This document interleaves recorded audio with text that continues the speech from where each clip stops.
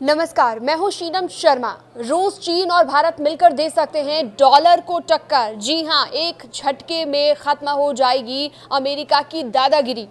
मुंह के बल गिरेंगे ट्रंप। कैसे, इस वीडियो में मैं आपको बताऊंगी।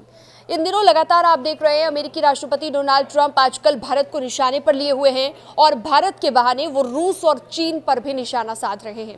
तीनों देशों पर सबसे ज्यादा टैरिफ लगाने की धमकी भी उन्होंने दे डाली है। ऐसे में क्या रूस, चीन और भारत मिलकर अमेरिकी डॉलर का मुकाबला कर सकते हैं? ये सवाल इसलिए क्योंकि लगातार उन्होंने इन देशों को निशाने पर लिया हुआ है। अमेरिकी राष्ट्रपति डोनाल्ड ट्रंप इस वक्त भारत से अपनी व्यक्तिगत खुन्नस निकाल रहे हैं। तभी तो उन्होंने सारे के सारे देशों को छोड़कर सिर्फ भारत पर ही 50% का टैरिफ ठोक दिया है। ट्रंप के दायरे में भारत ही नहीं बल्कि रूस और चीन भी अब आ गए हैं और इसका सीधा सीधा मतलब है कि अमेरिकी राष्ट्रपति इस समय रूस, भारत और चीन पर एक साथ हमलावर हो गए हैं। ऐसे में हर आदमी के मन में यही सवाल उठ रहा है कि क्या ये तीनों देश मिलकर अमेरिका की दादागिरी खत्म कर सकते हैं? अमेरिका को सबसे ज्यादा लाभ होता है ग्लोबल मार्केट में डॉलर में होने वाले ट्रेड से।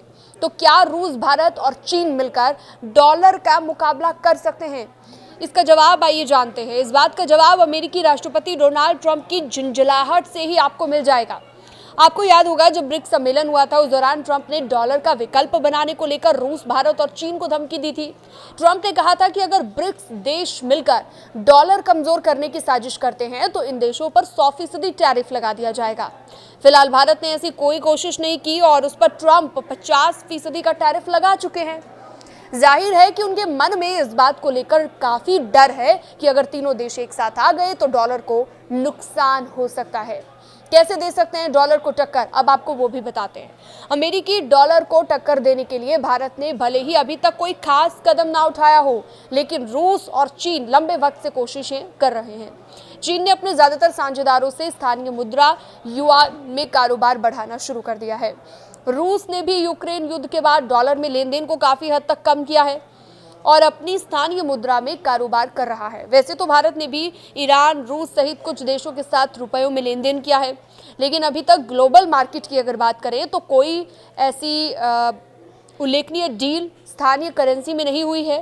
हाँ, अगर तीनों देशों की बात करें, तीनों ही देश मिलकर अपनी अपनी करेंसी में कारोबार शुरू करते हैं तो डॉलर को कड़ी टक्कर दी जा सकती है। इससे जुड़े अन्य अपडेट्स के लिए आप हमारे साथ बने रह सकते हैं और अन्य खबरों के लिए, अपडेट्स के लिए आप न्यूज़ 18 के डिजिटल प्लेटफॉर्म को सब्सक्राइब भी कर सकते हैं।